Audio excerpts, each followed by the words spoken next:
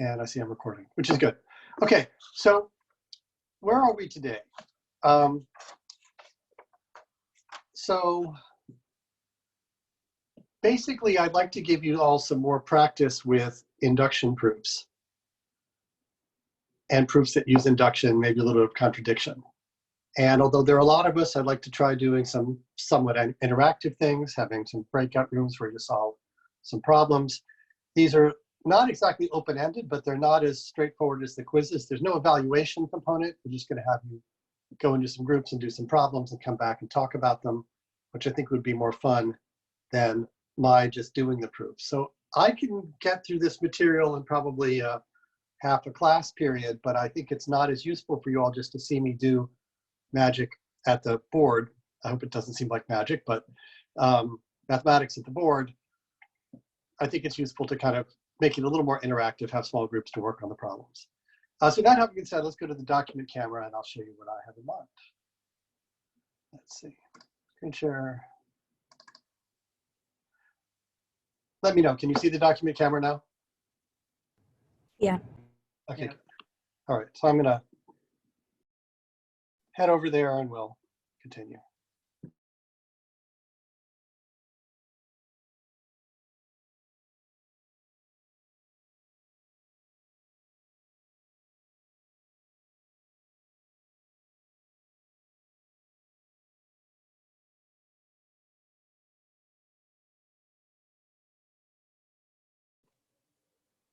Okay, I'm back. Hope you can hear me. Yep. I know it seems like a long trek. It's just the other side of the room, actually, but I just want to get everything all set up. Let's do the pointer out of the way. So let me tell you where we are in terms of what we want to get done today. So we've done a few proofs now using induction, which is one of our key tools. And moreover, we'd like to prove other more complicated things are true. Like we'd like to prove mathematical facts, programs are correct. So remember we had times1 here.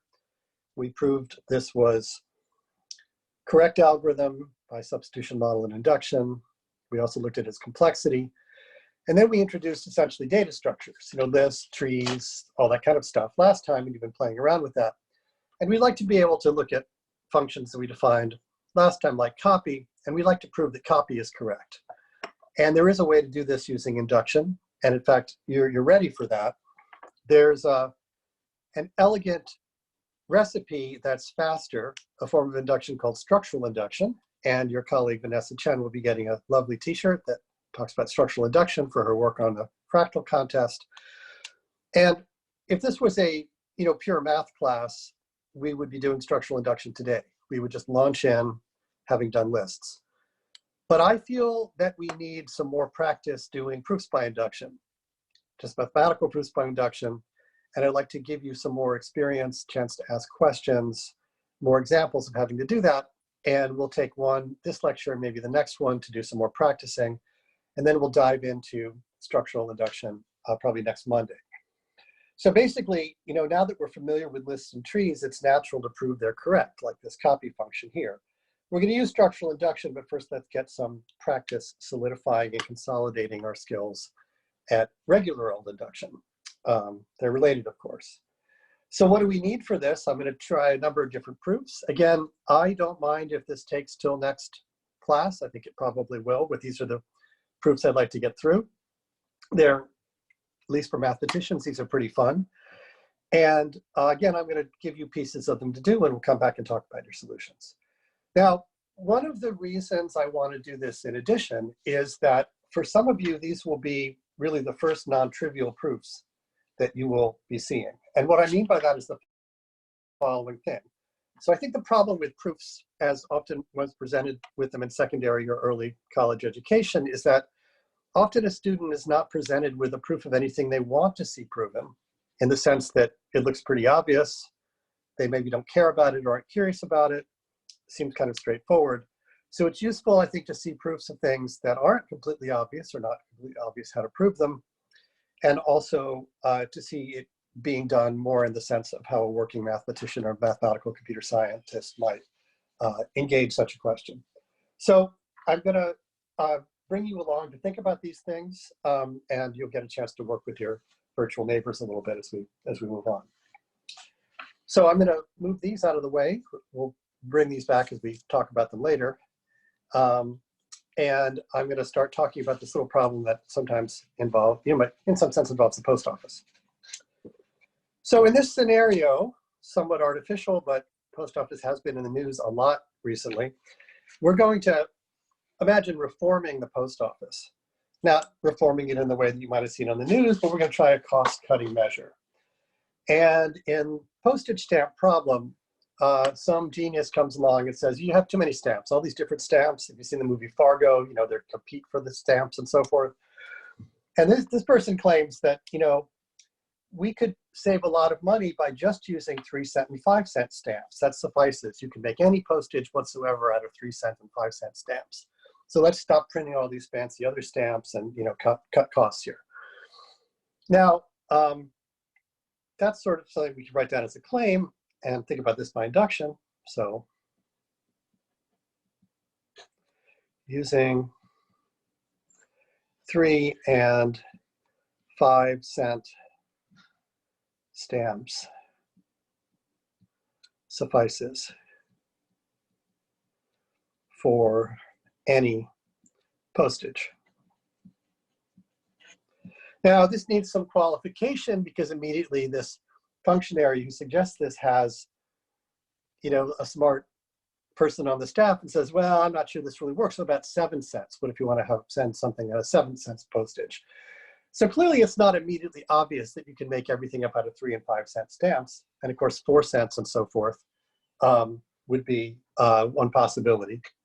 So immediately it's pointed out this isn't entirely trivial because we only want to do this for any postage greater than 7 cents. Here's a plausible claim. I don't think I've used the cent sign for a long time. So this is kind of, I feel like I'm back in 1861 paying for penny candies or something. So here we have this, this example, and we're trying to wonder if such a claim is true. So maybe we could prove this by induction. So proof by induction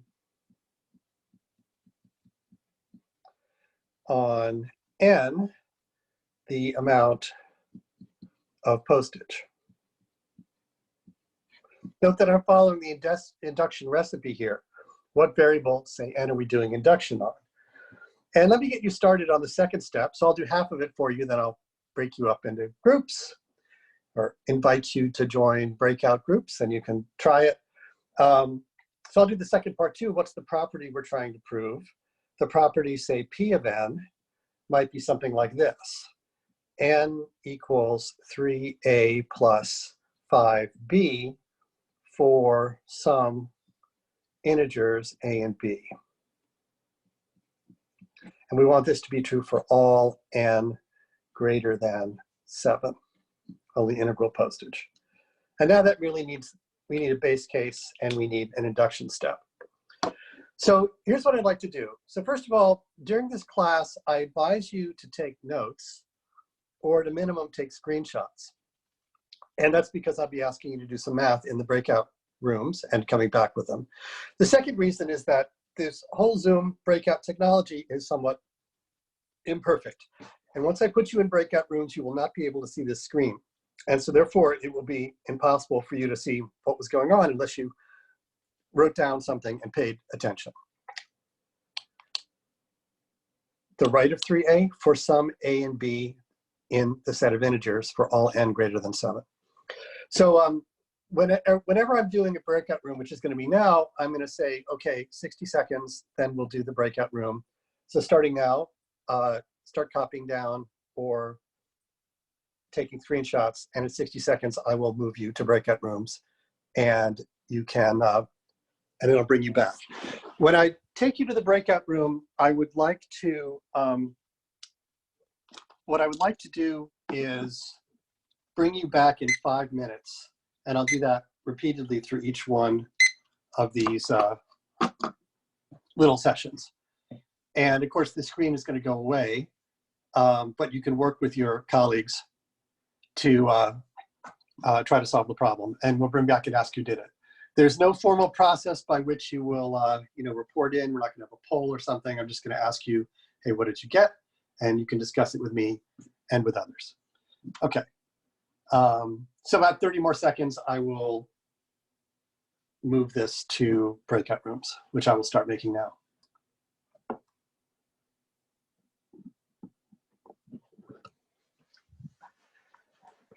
Okay, so I had a chance to look at this a little bit. Tell me how you're thinking about the problem. Who has an idea how to complete the proof? Can we take the base case as 8? So certainly I would start with 8, but certainly I would start with it. Let's try that. So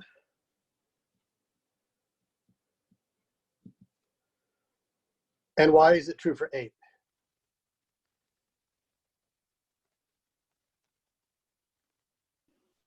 If A and B are both 1. Right. So I have to say I did it a little bit differently, but let's see how this goes. So what would we do next for the, what would we do for the induction step?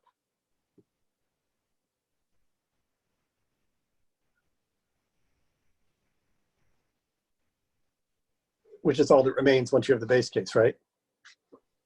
How would that work? Well, we have to choose whether to do a weak induction or a strong induction first. Sure. Which one would you choose? Let's go for strong. All right. Good. I mean, I think it can be done either way, but I use strong. So what would you do? How would you set this up? Do you have to fix either A or B and then induct on the other variable? That's a really good question. So the kind of an interesting thing about this, and I'll point here, is that if you notice this A and B, they actually depend on N, right? And in general, if you're looking at several different things like N, suppose you're looking at N and then you're looking at something smaller so you can do the induction, the A and B are going to actually be a function of the thing you're trying to break up into A's and B's. So I don't think fixing them is quite the right thing. I don't think you would induct on A and B if that's what you're asking. But here, if I wanted to use functional notation, I could make A a function of N and B a function of N, and that would be correct here, and do it here too, of course. Because it's clear that the way that you break this up, the choice of A and B depends on N, right? Can you say that P of K holds for all K greater than or equal to N, greater than or equal to 8, but less than N? And then we prove for P of N. If P of N holds, then P of N. I think you can. Let me write that down. So we say assume. Now I'm going to just rephrase it just slightly differently. Assume for all K, and using your colleague's suggestion of strong induction, such that K is greater than 7. I like this better than greater than equal 8, and less than N. So notice this means we're doing strong induction, right? Just like was suggested. So what I want to assume here, I want to assume there exists some A and B that are integers. And again, A and B will depend on N, such that what? K is equal to 3A plus 5B. Is that what you had in mind? Yes. Good. And what do I call this step? What do I call this phrase? The induction hypothesis. Exactly. So we could label it IH so I can go back to it. All right, so what do I do next? Well, actually, what do I have to show? I didn't do what you have to show, but you already told me what you have to show. So I want to show it holds for n. And I think you already said that, right? Yeah. Good. So what do I have to show? Need only show that n, remember, look over here, I've done it for everything up to n, but I haven't done it for n. So now, I'm going to use different variables here, alpha and beta, just because I don't want it confused with this a and b. N equals 3 alpha plus 5 beta for some alpha and beta that are natural numbers. So now I've set up, base case obviously I've set up the induction step. I have the induction hypothesis, which is this thing here, and I have the thing that I have to show. Did I articulate your idea well? Yes, please. Good. All right, so how would we, a lot is hidden in this little not only show. How would we not only show it?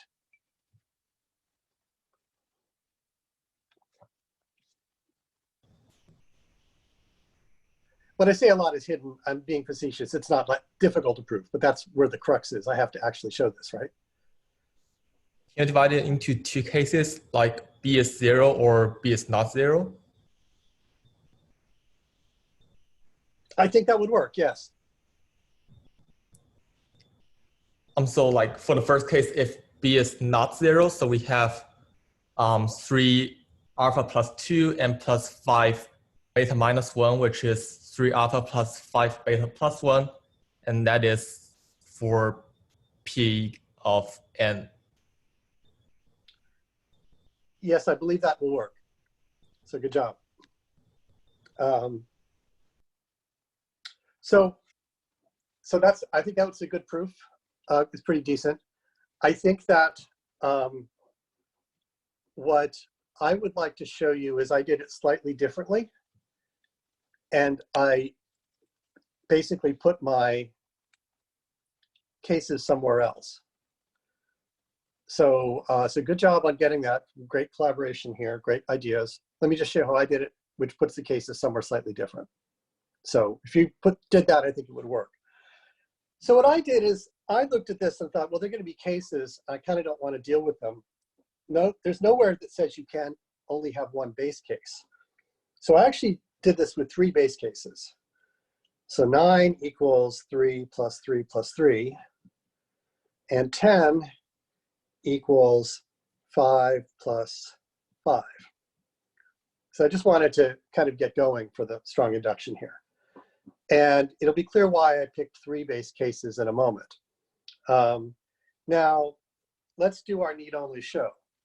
So obviously, if n is, you know, I have greater than or equal to 7 here, but obviously if n is, you know, 8, 9, or 10, I just go back to the base case.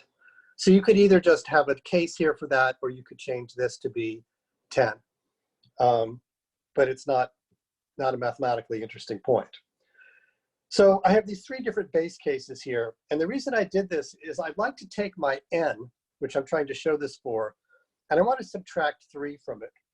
And I want to know that the induction hypothesis holds for n minus 3, for very similar reasons for how you did your 2-case proof. I can't do that if I start at 8, right? Because when I get to, you know, when I get to 9, then, you know, I get all sorts of crazy things in there like 7 and so forth. So I have to get beyond that 7. So by bootstrapping with 3 base cases, I can go directly to a single case in the induction and subtract 3 from it. So how do I show this? Well, I could look at n minus 3, and clearly n minus 3 is equal to 3a plus 5b. Why? By the induction hypothesis. That's pretty nice. So basically, that's really quite special. So we basically want to start here at 10, having done 3 base cases like this. And then I know I can always subtract 3 from it, because even if I'm towards the beginning of my thing, my proof, I can go to these cases. So I always know that n minus 3 is covered in my range of things for which I can break it down to 3a plus 5b. So that's why I picked 3 base cases. And if that's the case, then I can simply write n as n minus 3 plus 3, which I can rewrite as 3a plus 5b plus 3, which is just equal to 3a plus 1 plus 5b. And I take this guy here to be my alpha, and this guy here to be my beta, and I'm done. But essentially equivalent to the proof that you suggested. What do you all think? How did you choose n minus 3? Because what if the n was 7? I'm starting at 10.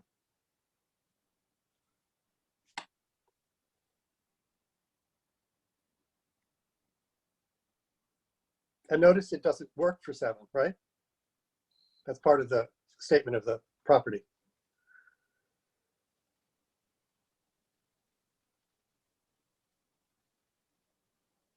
Actually, I'm starting at 11, right? It's greater than 10. I also have a question real quick. Sure. Can you explain why you had to put alpha and beta in the need only so n case there? I didn't have to. I thought it was clearer. So basically the issue is that, let's come down here. This A and B actually depend on n, or actually depend on k here. Does that make sense? Like if I pick different k's, I get different a's and b's in order to divide them up. Do you see that? It's a functional dependence. Oh, so it's the first A and B rely on k and the other rely on n then is the difference? That's right, exactly. Okay, thank you. And so, and I only really need to consider 2 cases. And so it's a little awkward to say A of n and B of n to make them functions, although one could do that. So basically what I would write here. So we tried to hop like this. It didn't work. Oh no. Could someone mute their microphone, please? Thank you. Happens all the time to me, by the way. My students are always complaining about this, but so I do it. So, but basically you could do things like this. I would just add a note here, say note that A and B depend on K, right? And then that'll be true for this too. So I just did it to be a little bit clearer. Other questions? I was wondering, how does showing that it equals 3 times a plus 1 plus 5b solve the proof? Well, I need to find an alpha and a beta. And I found the alpha and beta, right? Like I've actually explicitly constructed alpha and beta to do this, right? Need only show n equals 3 alpha plus 5 beta, alpha equals a plus 1, beta equals b. Okay, and if you weren't using alpha and beta, you would just say a plus 1 and b? Let's not go there. It's a whole notational question, right? Let's just, so it's difficult to explore the space of all possible correct proofs. Like later in the class, we'll talk about showing that a proof technique can't work. So I'd rather just concentrate on whether or not this one works for now, and then we can maybe explore related nearby proofs, you know, in another way, because it's not clear that if you did that, everything would go through because of possible confusion. Certainly, I'll say this, that if you're teaching, it could be confusing to reuse A and B for different purposes. Okay, We thank have you. a question in chat asking if we could have done this with a more traditional induction recipe. And I think they mean, they're giving example, assume Pn through Pn plus 1. What do you mean by a more traditional induction recipe? Well, I'm only reading the question, but I'm assuming that they mean in here, we're doing like 3 base cases as opposed to 1. And they're asking, how is this different? Well, we already were given a proof by a colleague in class that only involved 1 base case. So definitely it's doable. I wouldn't say this is non-traditional at all. I mean, it just has 3 base cases in some sense. If they're asking if you could use weak induction, the answer is always yes. You can always prove the same things with weak induction you can prove with strong. It's just a matter of how easy it is to do that. But what I would say is that if you looked at the proof that was offered earlier, which had only one base cases, but had a bifurcated induction step, that was correct if you go back and review the tape, and would not require 3 base cases. And indeed, I don't have a proof that 3 base cases are required. I merely can show that 3 base cases suffice. So one could, it's difficult to say what information is actually necessary for a proof. I had a question, like, why are we doing, can you please repeat the n-3 part, like n-3 is equal to 3a plus 5b, like how do we do that? Are you asking why it worked? Are you questioning whether it's true, or are you asking how one thought of such a thing? Yeah, like, how did you get that part, like the induction hypothesis? Can you just repeat that, please? It's not part of the induction hypothesis. The induction hypothesis starts and stops here. Oh, yeah. Mm-hmm. This is the induction step, right? Mm-hmm. That makes sense? Yeah, but how did you get the n-3 is equal to 3a plus 5b? Well, first I wrote down n-3. Now look at the induction hypothesis. n-3 is less than n. And therefore there exists an a and b such that a is 3a plus 5b. So then I wrote it down. In fact, the reason is written over here by induction hypothesis. Yeah. Does that help? Yeah, that makes sense. Yeah, but why not n-2 or n-1? Well, let me tell you a story. So it's about my family, which is interesting. So my wife is a very brilliant neuroscientist, and she does modeling, among other things. And at her thesis defense, she made some assumptions of parameters for her model. And someone says, why did you choose this parameter or that parameter? And she said, it's my model, and I can choose any parameters I want. So when you're doing a proof, it's like art, right? Now, there is an artistic choice in this, but I get to choose anything I want that will show the proof. And so I can't tell you that n-2 wouldn't work, although I don't think it would. But all that matters is that I pick something that would work, right? So it's chosen, let's say at this point arbitrarily, but the fact that it leads to a successful proof is the logic one wants to follow.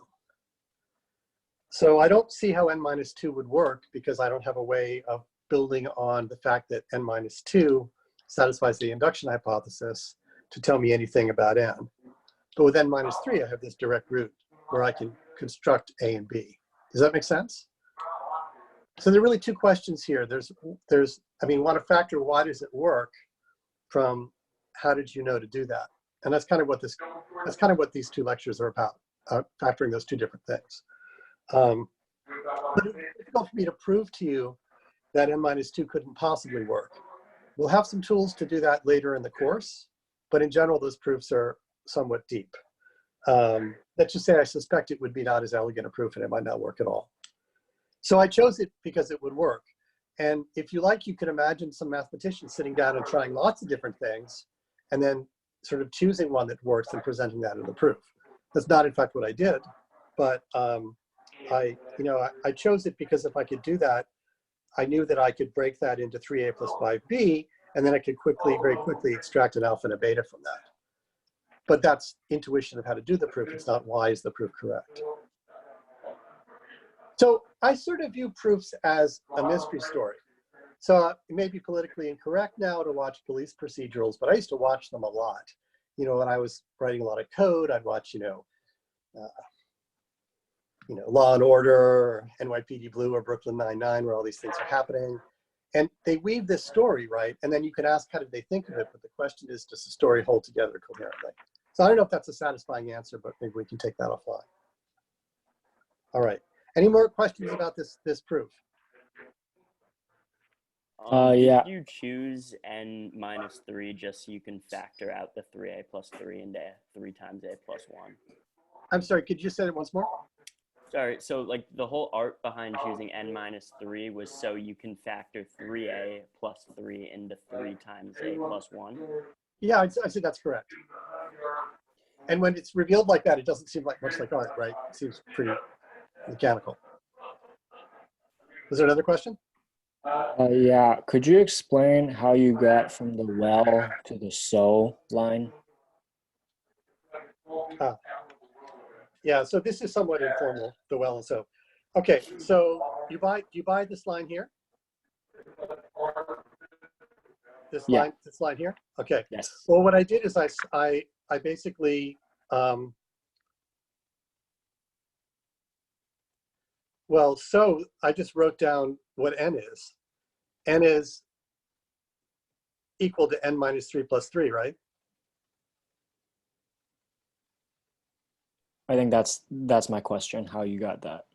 Well, let's ask whether or not you think it's true. I'd like to start there. Do you agree that n is equal to n minus 3 plus 3? Okay, yeah, I see it. Okay, yeah, right. I mean, believe me, I am all about the art of mathematics and computer science, and I'm happy to try to introspect about how does one come up with things, but it's often somewhat easier to answer the question of whether it's correct. So we'll probably start there, and then we can, have a fun time talking about how do we come up with it. Any other questions about this proof? Great questions, by the way.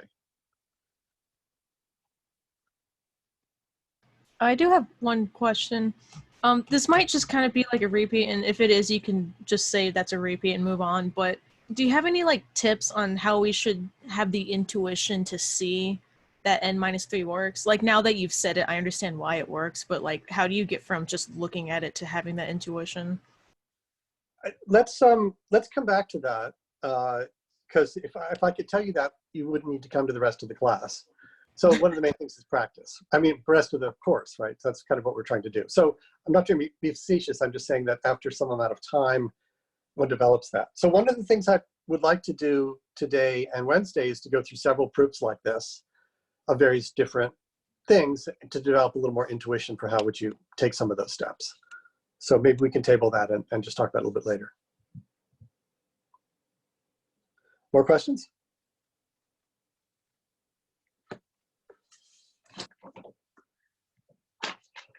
Okay, let's go on to something else. And obviously to come back to induction here. So this proof is actually involves something about the structure of numbers and how they worked. So you probably believe that the natural numbers are a subset of the integers, denoted by z.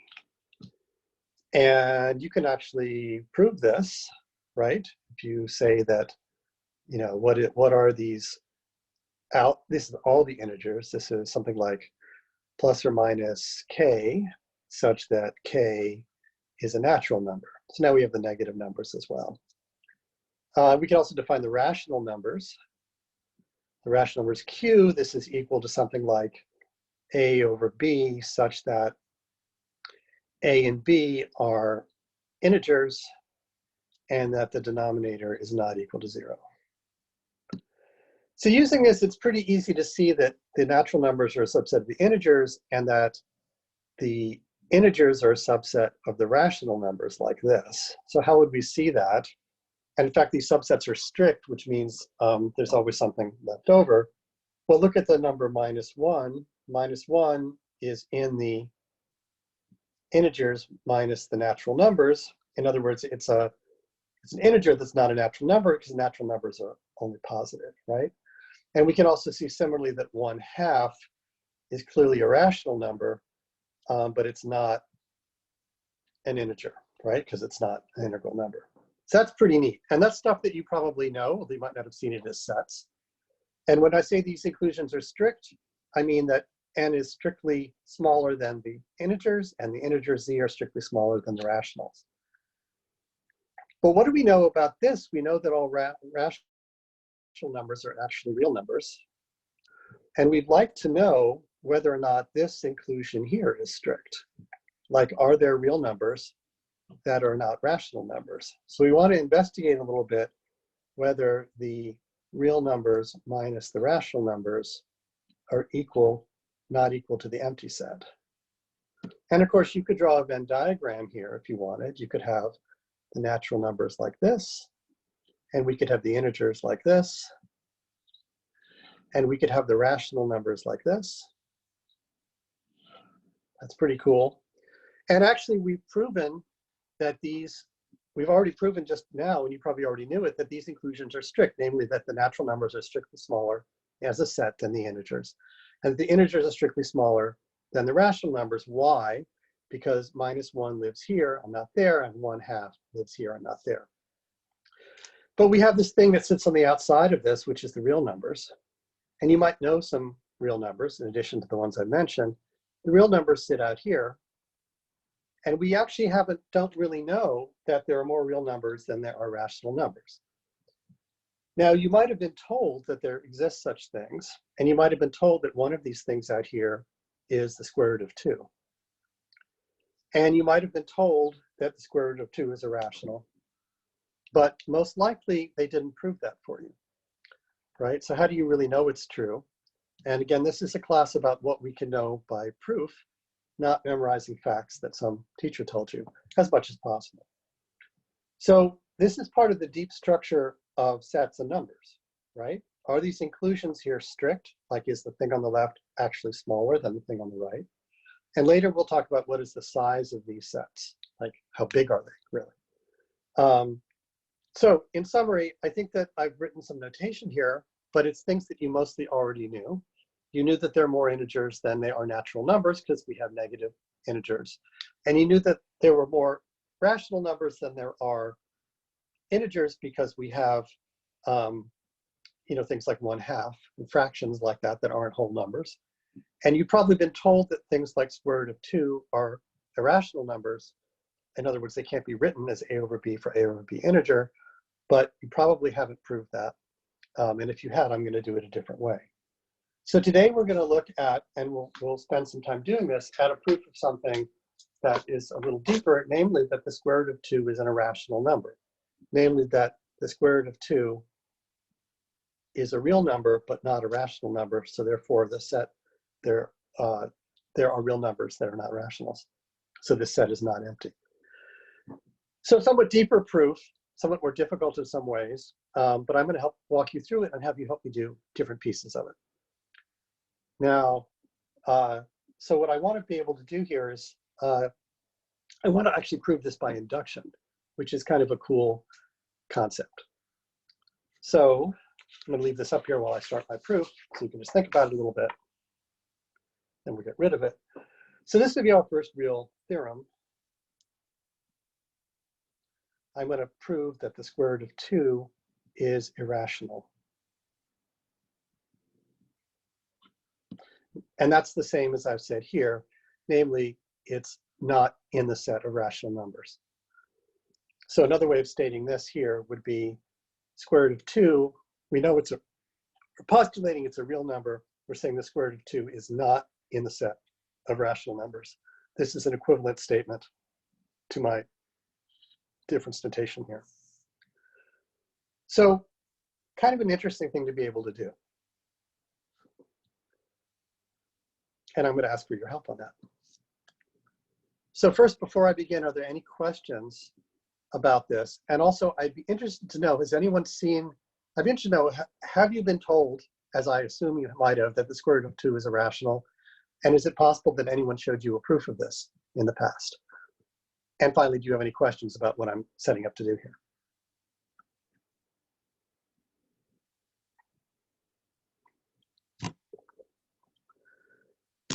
So yes, some people have heard it, they haven't seen it proved, which is fine. All right, so let me mention that there are many ways to prove this. I think this is one of the nicest proofs. The point of this proof is to use induction, get some practice with induction. It's not to show you the most elegant proof or the proof that uses the most mathematics. And also this course really isn't so much about irrational numbers, although they will come up. So the point is to exercise our knowledge of induction in some fashion. So let's get started. I'm going to move this aside, but come back to it, and start doing some proofs over here like this. And we're going to need the induction recipe again. So let's retrieve that from my notes. So I'll put it over here.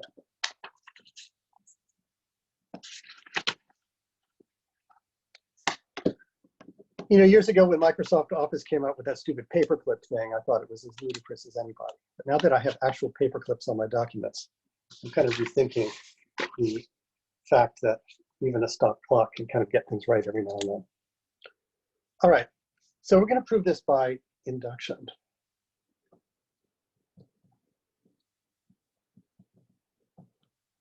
All right, so I'll help set this up, and then I'm going to ask for your help. And we're going to have breakout rooms and all that kind of stuff again. Let's see now. I really wanted times more than I wanted copies. So let's see if we can do that.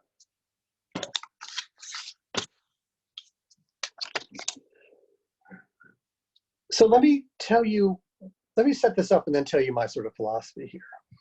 I'm just going to launch into the induction recipe and do a couple of steps for you here, and then have you do some more. So the basic idea of this, I'm going to actually put this back on this diagram here to give some intuition and rewrite it. The basic idea is what we want to do here is we want to show something like this. Show that P over Q squared is not equal to 2 for all P, Q natural numbers by induction on Q. It's a little strange, right? In some ways, we have this fraction here, P over Q, and we're only inducting on the denominator. What happens to P in some sense? How are we thinking about that? So that's the basic idea here. Let me write that up using an induction recipe so you can really see what's going on. So our variable for induction using the recipe is Q, the denominator, which is a natural number. And our property is the property P over Q squared is not equal to 2 for any P in N. And I'll put this back up here so you can see what I had before. I have a question. Yes.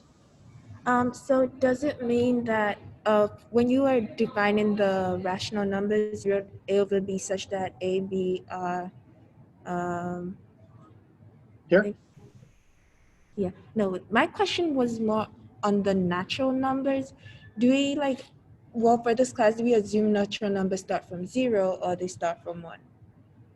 So in this class, it's often useful to have them start from 0, but it makes no difference whatsoever for my definition here.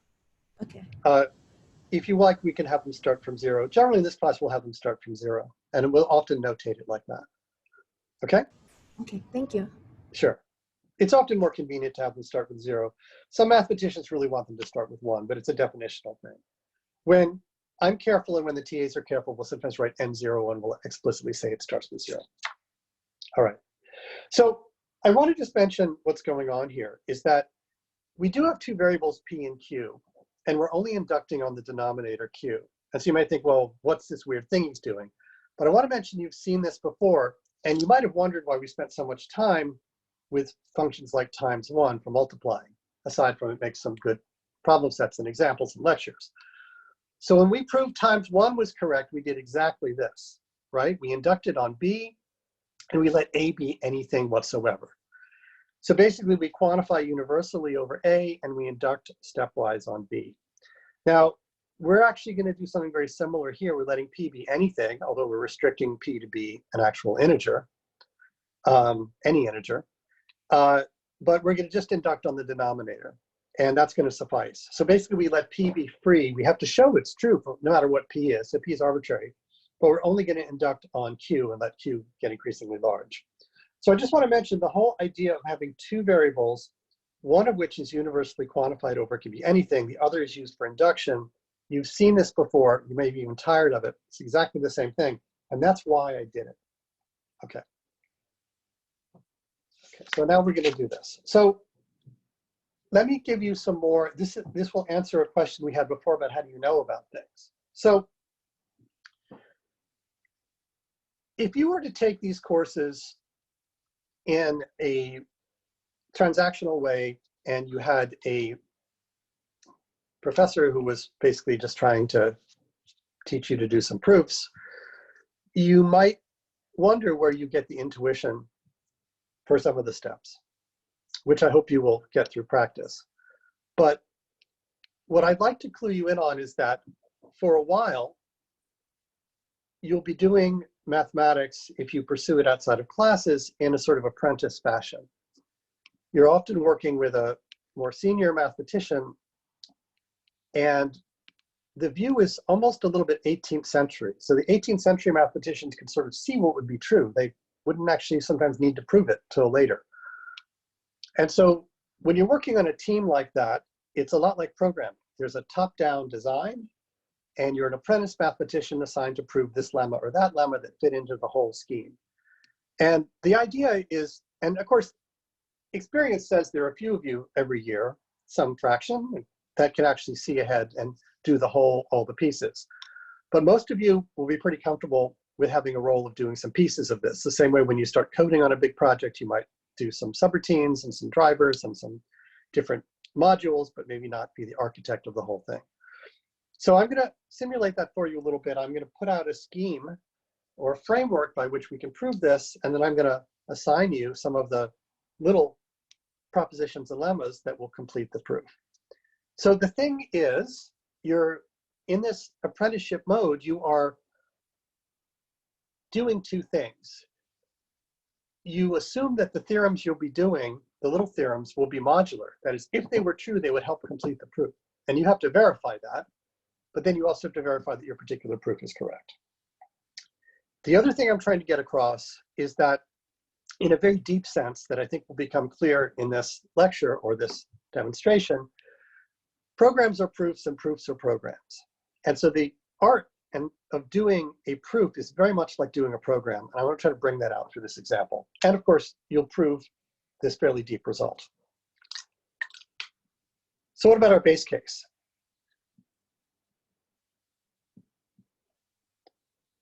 So the base case, I will choose Q equals 1. And I've done this proof. It's not too hard. And I'd like you to do it, but not in a breakout room. So do this offline. You can post on Piazza. It doesn't have to be a private post to see if you can do this, and we'll regroup. By the way, if you have trouble, we'll give you hints. And if you want the answer, I will tell you next class. So we're going to prove the base case for Q equals 2. Q equals 1. Q equals 1 is, I wouldn't say it's completely straightforward, but it's not as hard as what you did before. So try to prove that, in other words, this would be prove that P over 1 squared is not equal to 2 for any P that's a natural number. And I'll actually write that down. You'd only show P over 1 squared is not equal to 2 for all P such that P is a natural number. So I'm going to leave that for you, but I'm not at all leaving you abandoned.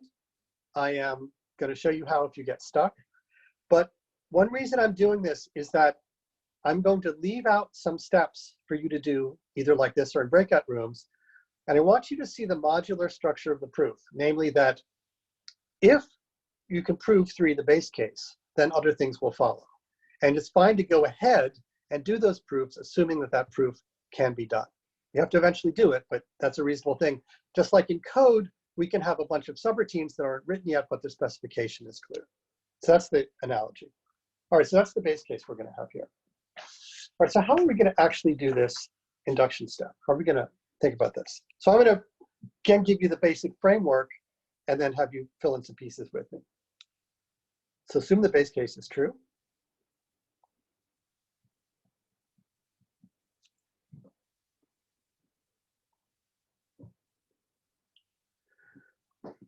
Okay. So I need an induction hypothesis. I need something to show. So this is an interesting proof because it actually combines induction and contradiction. So for induction, what I want to do is I want to say, assume that P over Q squared is not equal to 2 for all P and Q that are natural numbers such that Q is less than N. By the way, what kind of induction am I going to be doing? Strong or weak? Strong? Strong. You can tell from this. Don't just care about N minus 1, care about them all. And then I want to show that P over N squared is not equal to 2, again, for any P. So notice it's pretty straightforward here. I assume that P over Q squared isn't 2 for any P and Q for the denominator less than N. If that's true, I want to show it's actually true for one more for N. So fairly standard induction here. What's my proof plan? So this is a little interesting, I hope you'll find, because I'm going to do this by contradiction. So I'm going to be teaching you how to combine induction and contradiction in a very powerful way.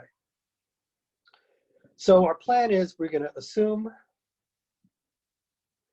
the induction hypothesis. And then now I'm going to assume not the thing I want to prove, which is this, but the opposite. I want to assume there exists some P such that P over N squared equals 2.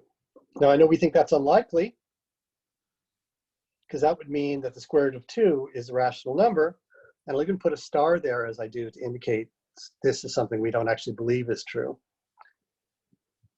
Now, if I'm able to derive a contradiction, derive a mathematical statement that contradicts known facts or contradicts the induction hypothesis, that will tell me that this assumption was wrong and the opposite is true, and therefore I will have proved the converse, which is this. So what I would need to do need only show what? Some other P prime and Q, doesn't matter what they are, such that when I square these, I get 2. And where P prime and Q prime are integers, and Q prime is less than N. So in other words, remember how contradiction works. I assume the opposite from what I'm trying to prove. I derive a mathematical contradiction that says that assumption was false. Therefore, the opposite is true. So look at this. I want to show this. It's going to be tough, so I'll use contradiction. I'll assume the induction hypothesis, no contradiction there. Then I'll show this, which is directly the opposite of this thing here. In other words, instead, I have the statement for all P over N squared is not equal to 2.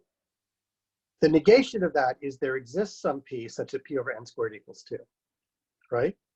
And this is not too weird because we fixed the denominator to be N, so we can kind of think about this. Now, if I assume this weird thing here, nothing bad has happened yet, I merely need to find a contradiction. So this contradicts, I'm going to prove something that contradicts my induction hypothesis, which I just assumed. So what I'll do is I'll show that there exists a P prime and Q prime. And the key property that they have is that Q prime actually is less than N. So I'm concentrating on N, but this is less than N. So this violates the induction hypothesis, and I'll get my contradiction, and my theorem will be proved. So this is the architecture of our proof. Now, what I'd like to do is I'd like to show you a recipe for this kind of proof, and then I'm going to come back and ask you if you believe the architecture or if you have questions about it. So the recipe looks like this.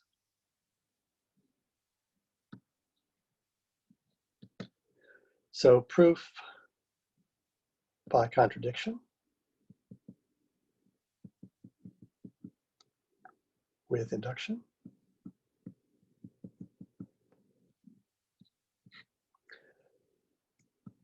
state, and I've done all these, state the induction hypothesis, state property, assume induction hypothesis. Then we assume the opposite of the property we're trying to prove. Derive a contradiction by which I mean something false. We can conclude P of n is true. Now note that I've done all these things. I stated the induction hypothesis here, that's one. I stated the property I'm trying to prove, which is either here or here. Then I assume the induction hypothesis at step 3. I assume the opposite of what I'm trying to prove. There's this thing here, there exists a p such that p over n squared equals 2. That's not p of n. I haven't done this yet, but I will, with your help. We derive a contradiction, something false, and then we can conclude that p of n is true. Okay. So this is a lot to take in. What I'd like to do now is show you the architecture for proving this weird thing here. And we'll come back and see how comfortable we are with the proof. And this will also leave us some things to do, either this time or next time. I'm not sure how far we'll get today. Good. All right, so here's our architecture for doing this. So the way I would think about this is as follows. Aside for a minute. So I'm going to put some claims up without proving them, although you're going to prove them, and show you how this would work. So claim 1 looks like this. If p over n squared equals 2, then 0 is less than p minus n is less than n. And claim 2 is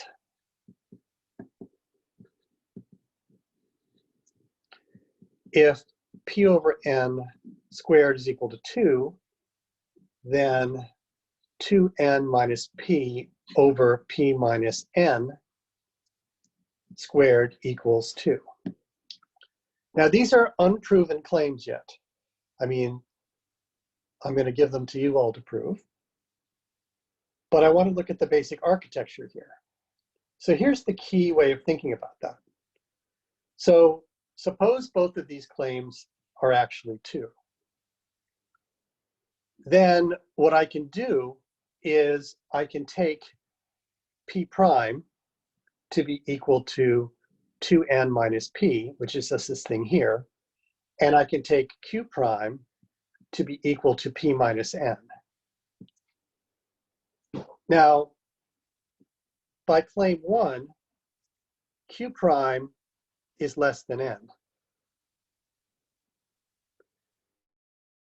So now I have a p prime divided by q prime, such that when I square this, I have something that's equal to 2, but q prime is less than n, which contradicts my induction hypothesis. So let's look at what we're trying to do here in the big picture. I'll pull this down just a little bit, so you'll be able to see it. And I'll put half of this up here like this. You should be able to see plan up here like this. So look at the plan, overall plan of what we're trying to do here. So I'm going to assume the induction hypothesis, which is this beast here. Induction hypothesis says that p over q squared is not equal to 2 for any p and q as long as q is less than n. Now I'm concentrating on the case of n, which is one more. I would like to show this. It's tough, so I'm going to use this contradiction step. So I'm going to assume the opposite of this, which is this. There exists p such that p over n is the square root of 2, which would be surprising because that would be a rational square root. My plan to do that is to derive a mathematical contradiction that indicates that this assumption is false, and in fact then that its opposite is true, which would prove my claim. So what I need to do is I need to demonstrate a ratio p prime over q prime that's the square root of 2, such that q prime is less than n. The point is that q prime being less than n, which is crucial, directly contradicts my induction hypothesis, which is over here. So the induction hypothesis says that that can't happen for any q less than n. If I can demonstrate here it can, then I can show that this, which is my only assumption, is false. So then what I did here is I came across these two lemmas, which I'd like your help in proving. Claim 1 says, hey, if p over n is the square root of 2, then this strange formula holds. P over n is positive and it's less than n. And claim 2 says that if p over n is the square root of 2, then this other thing is also the square root of 2. Put them together, it shows that if p over n is the square root of 2, then there's something with a smaller denominator that's the square root of 2. So basically our contradiction is, if p over n is equal to the square root of 2, then there exists something else, p prime over q, which is also equal to the square root of 2, but q prime is less than n.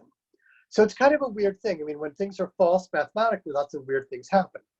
So it says if I have a rational square root of 2 here, it says, okay, I'll accept that because I'm mathematics, but if that's true, then you must conclude that there exists another rational square root of 2 with a smaller denominator.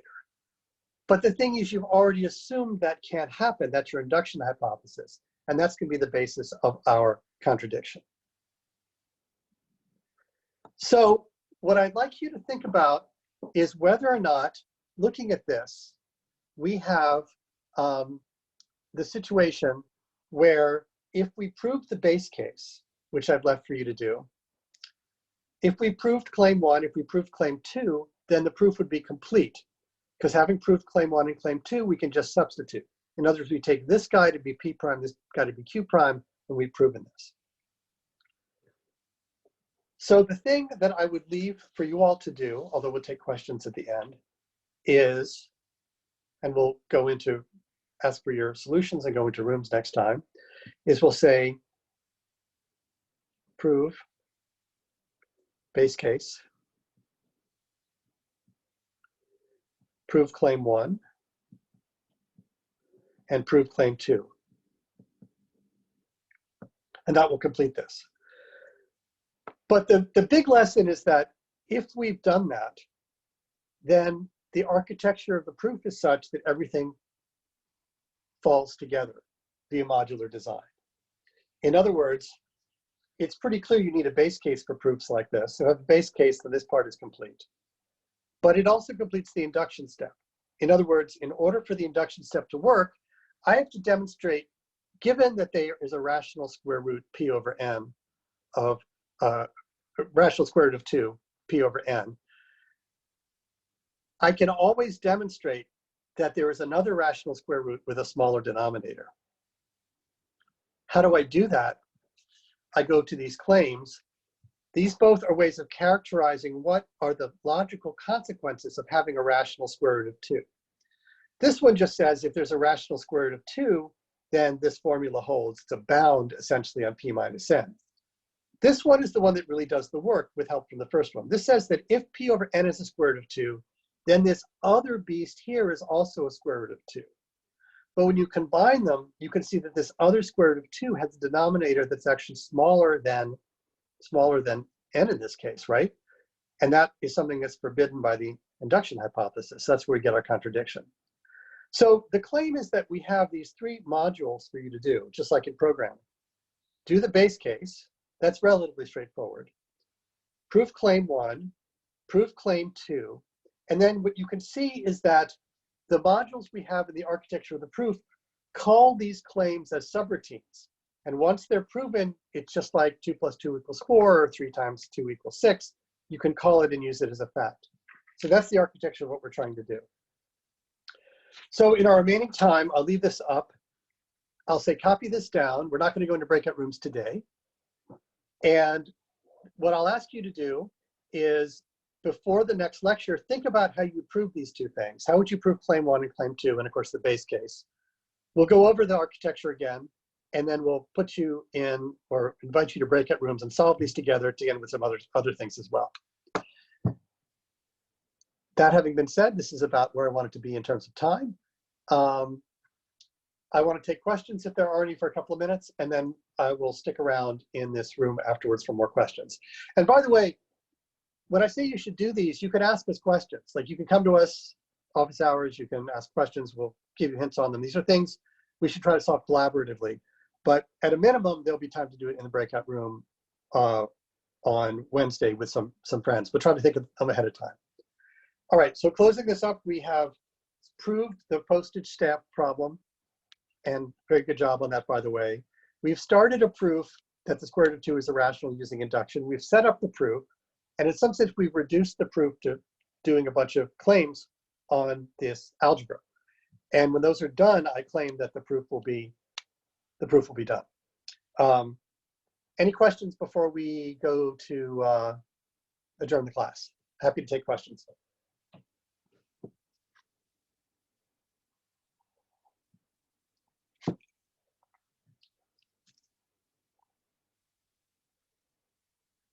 Yeah, could you, sorry, could you explain, okay, thank you. Could you explain the contradiction where you say that Q is less than N and Q prime is less than N? Like, could you explain that part again? Yeah, absolutely. So let's just set it up, and let's just set it right again down here.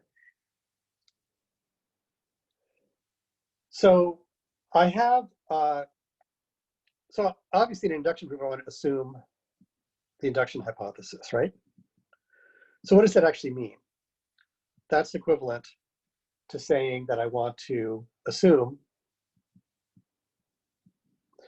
that P over Q squared is not equal to 2 for all integers P and Q, where the denominator Q is less than N. Are you good with that? Yeah. Good. All right. And now what I'd like to do is show, what I'd love to do here is show that, so this is strong induction, right? I'd like to just show, let's go to N. I'd like to show that P over N squared is not equal to 2, no matter what P is. So far, fairly straightforward, right? I've assumed it here all the way up, the denominator all the way up to N, except not including N, right? I'm just going one more here and going to N. Are you good with that? Yeah, that seems right. Good. And by the way, I'm just asking you to check in. I'm not being aggressive, like, did you get that? I just want to check in each step, which is kind of how we do mathematics, right? Okay, good. So ask anytime, but I'll check in. All right. So there are various ways to prove this, but I'm choosing to prove it by contradiction, which means I want to assume the opposite of this and then derive a mathematical contradiction. Are you good with that? Mm-hmm. Okay, good. So I'm going to assume not, the opposite. Namely, and this is negated by saying there exists some P such that P over N squared is equal to 2. And I'm going to put this in a box because it's kind of unlikely. All right. So do you agree that this is the opposite of that? Yeah. All right. Now, and also, do you agree that if I can find now a mathematical contradiction, like if I can find that 2 equals 3, or 0 is greater than 1, or any other mathematical contradiction, that I will have shown that this assumption is false, and therefore its opposite is true? Since its opposite is what we're trying to show, the proof is complete. Yeah, that makes sense. Okay, good. Great questions, by the way. Let's do it. All right, so now I have to actually do that. So here's the way I might do it. All I have to do is demonstrate that there exist 2 other integers, P prime and Q prime, with the property that Q prime is actually less than N, the denominator, and P prime divided by Q prime squared equals 2. Now let me ask you, why is this a contradiction? Why does it contradict some known thing I assumed or some known fact?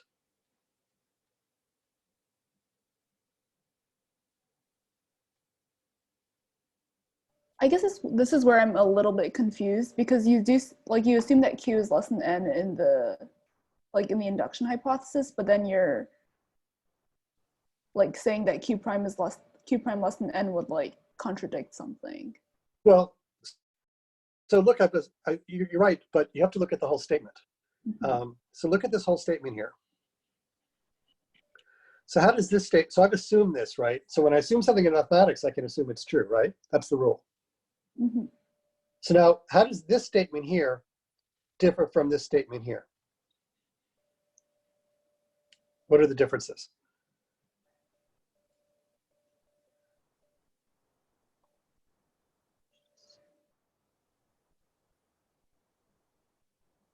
Oh, it's the not equals to in the assumption and equals. Exactly.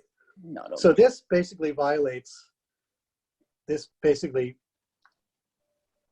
is not induction hypothesis, right? Which would be a contradiction because I've assumed it. Okay, got it. Okay. They're good, great questions. This is subtle stuff, so you should be absolutely asking these questions. And you're right on to try to figure out what the logic is. Now, does that solve that, or did you want to see how the claims would demonstrate this? Yeah, that was like the main thing I was confused with, but I get it now. So you're good now? Yeah. Good, great Wait, question. sorry. I'm still stuck on this like part of this where why is saying Q prime less than N, like why is that enough to know? Like it seems like because that it violates, doesn't prove. because it contradicts this. I've assumed this, and I just proved the opposite. Yeah, where does it contradict that though? The whole thing or just Q prime less than N? Well, this is the opposite of this statement, right? See, the Q prime less than N is actually consistent. This is the same beast. What's different is here. I got an equals and a not equals. But don't you have to prove that the NOS statement is not true? Like, don't you have to do more to just prove No, it? I just have to show this. I claim I just have to show this one statement here. Why? Because if I show this, it's the opposite of the induction hypothesis, which I've assumed. This is the direct negation of the induction hypothesis. I may be even confused about like what Q prime is that lets that be true. I haven't shown it yet. I'm saying that if I show it, then it's true. So P prime and Q prime are just arbitrary integers, right? Yeah. So suppose there exist, I'm just names for things. Suppose there exist a P prime and Q prime that are numbers. Q prime is smaller than N, and P prime over Q prime is the square root of 2. Suppose that's the case. Well, that directly violates our induction hypothesis, which says, I mean, the induction hypothesis, you could just rename the P's and Q's, right? Induction hypothesis says, for any P and Q, be they Q prime or something else, that P over Q can't be the square root of 2 for any denominator that's less than N. Oh, okay. Then why don't we... Different names. Yes. Then why do we... I feel like why do we not use this all the time? Anytime we have to prove something by induction, instead of actually proving it, we just assume the opposite is true and say it contradicts our initial assumption. I mean, surely it wouldn't be always that easy, but like, what stops us from doing that? I mean, because I don't see anything distinctive that we've done apart from just say, well, we assumed this, but if we assume this, then it's not true. But I haven't shown it yet. You have to prove those two claims, right? Oh, okay. I haven't actually shown it. I have to prove claims. Like, let's sort of actually, I said need only show, but I haven't given you a proof. Oh, that's what I was asking. Yeah, we have to show it. Oh, okay, done, perfect. Then. Yeah, I mean, I certainly haven't proved it. I hope when I said we're going to prove these two claims in, before Wednesday or in breakout rooms, that implies that we haven't completed the proof. Oh, okay. But I do claim the following, which I think is maybe what you're getting at. I claim that if we prove the base case, if we prove claim 1, and if we prove claim 2, then I claim that we will have shown this statement. And that's an important thing to try to get. That's important to see why claims 1 and 2 would actually demonstrate this. So think of this in a modular way. This is an important lesson, is that, a lot of people have done programming before where they dealt with a library and they were told, this is the map hash function, or this is the sort function, and it does this. And you don't look at the function, you just assume that it does the specification, and maybe you're lucky and it actually does that. So mathematics is actually the same way, is that you should be able to say conditionally, if I proved claim 1 and if I proved claim 2, can I then use those as mathematical facts to prove another claim? So the only thing that I hope that after some reflection you all will see now is that if I proved claim 1 and claim 2, or if you did, then using the logic that I gave you, and I'm happy to go over it again, then we would have be able to quickly demonstrate this clause here and therefore complete the proof. But I don't claim that we've actually done the proofs for claim 1 and claim 2. That's remaining to do. Does that help? In claim 2, where does the 2n minus p come from? So I'm going to try to rephrase your question. So let me first ask you if you, I can't ask you if you believe the theorem because we haven't proved it, but I can ask you, do you understand the theorem? Maybe. Not So, really so I want to separate out how did someone come up with that from whether or not it could be true. Does that make sense? And we talked about that a little bit, but the reason is that let's just try to figure out whether it might be true. So what the theorem is saying is that if p over n is a square root of 2, then there's another fraction that only involves p and n in various ways that's also the square root of 2. That's all that theorem is saying. It's kind of a strange thing, but that's all it's saying. Does that make sense, first of all? Yeah, I guess I understand your general idea of saying that, like, you could try to do it with a smaller denominator. Is that what you're? Yeah, I mean, you don't know what's smaller from claim 2, but you understand, you would know it's smaller from claim 1 when you combine them, right? Yeah. All right. Now, but you're asking a question that we kind of got into a little bit before. I'm not saying it's resolved at all, which is how did someone think of this? So there are really two answers. One is practice, which is really an unappealing answer. But the other thing I'm trying to say is that if you were to get a summer internship or a job in a lab doing applied mathematics or mathematical computer science, you would be working as an apprentice mathematician, right? And there would be some more senior mathematician, grad student, professor, researcher who would say, I've been working on this proof for like 5 years. And here's the general architecture of the proof. And I will explain the architecture for you, but it requires 5 lemmas to be proven. And there are 5 students working in the lab. I'm going to give each student a lemma. And when you complete your lemma, your little claim, then everything will come together. And it's your job at that point to solve the claims, but to also understand the architecture of the proof. Namely, if everyone else did their part and solved their claims, which you can check, then would the proof hold together? So the fact is that at least for a year or two, you would probably be working in this field and studying in such a way that someone gave you things to prove that would form part of a larger architectural plan, the same way if you worked at Facebook, Microsoft, whatever, you would be given a huge code base and told to work on a small piece of it, assuming the part would fit in. So what you can say is that the senior mathematician had the vision to think such a thing might be true and is then delegating to you the capability of proving it. In the same way, when you work as a software engineer, someone could say, we need a routine to do this. Could you go off and do it? So doing proofs is a lot like engineering. So I think that it is realistic to think that by the end of this class, that your architectural skills at designing these proofs is sufficient to be able to design the whole proof. But at this stage, for most people, it's sufficient to be able to just do the modules and understand the overall organization. And the advantage of mathematics is that you can check all the pieces. So when you've done your part, which is say just claim 2, and your partner does claim 1, and someone else does the base case, then you can check those proofs and you can check the overall architecture and make sure that the whole thing hangs together as a proof. But until each claim is done, you don't have a proof, you have a proof outline in some sense. And I think this explanation is probably a little better than valorizing mathematicians as having incredible insight from birth. There are a few people like that. I think it's a learned thing, both through training and through practice. And in this sense, we're simulating the activities that a mathematical computer scientist really does in the context of the practice, which is proving theorems in a larger context.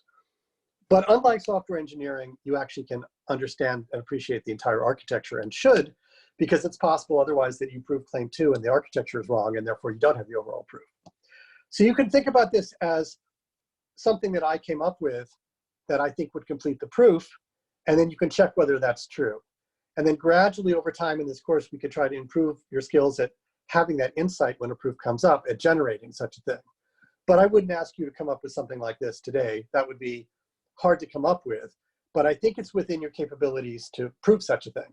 So that's kind of how I view this. So don't worry if you can't come up with it, but I think that, I'd like to think that everyone in the class could prove the base case, prove claim 1 and prove claim 2, and then understand the architecture of the proof, perhaps overall architecture, with some interaction from me and the TAs about how would this work. That's what we're trying to go for in this week. Does that help? Yeah, thank you. Sure, absolutely. More questions?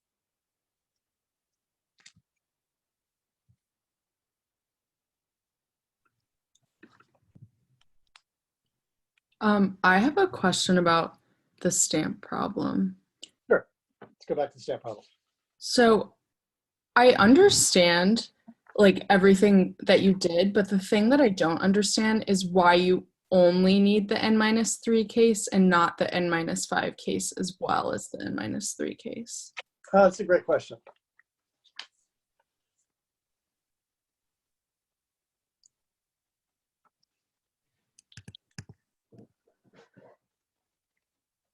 So this is almost kind of an ontological question. So not entirely trivial to answer, but I'll see what I can do. So I don't have a deep explanation for this, but I would like to convince you that it suffices. So look at how I've done this. I've set it up so we started the induction at 10, and we're looking at any n that's greater than 10. So applies to any n. And what I did here is I took up my n here, and no matter what n is, I can do this, right? Mm-hmm. And so this actually works. It doesn't mean that you couldn't possibly use another more 5-cent stamps, but it actually says you don't need to, right? So really this is an allocation question. It sort of says that actually we only, if we're going to have postage with the following, it's a probabilistic question. If we're going to have postage demands that satisfy the following distribution, you might ask, how should I allocate my printers and suppliers to make 5-cent and 3-cent stamps? And it sort of says that actually you're basically going to increase things mostly by 3-cent stamps. So you need more 3-cent stamps than 5-cent stamps. Kind of interesting way of thinking about it. So this says that adding one more 3-cent stamps is probably sufficient for doing this, right? Mm-hmm. It doesn't say there's no other way to do it. And in fact, if you think about this, imagine that alpha ended up being a multiple of 5, right? That's certainly possible. Then you could refactor this to increase beta and decrease alpha, right? That's always possible to do that, especially with the multiple of both, 3 and 5. So there are ways of rearranging it, but it shows that this suffices. So it doesn't say it's a fair allocation or a balanced allocation between 3 and 5, but it says that it works. So a lot of mathematics is about questions about necessity and sufficiency. So necessity says that you had to do it that way, and sufficiency says it was enough. In this case, I've showed sufficiency. Like I've shown that doing the proof in this fashion was sufficient to complete it, and namely that if I'm looking at doing this, I only need to at most add another 3-cent stamp. But it doesn't say it's the only way to do it. I'm not sure that's very satisfying, but that's how I view it. Okay, so it's like, because you've shown that the n-3 works, like it's sort of implied and you almost know that the 5 would work as well. Well, I don't know actually would work because I haven't proved it. I mean, my intuition is that it probably would. But one of the things is that in some sense in this investigation, I mean, I'm actually not that interested in post office per se, right? So I don't have a deep intuition for what combinations of 3s and 5s would work. I suspect there'd be other combinations that would be, you know, pretty good in this case. But in this case, I always think of this as being an example that's like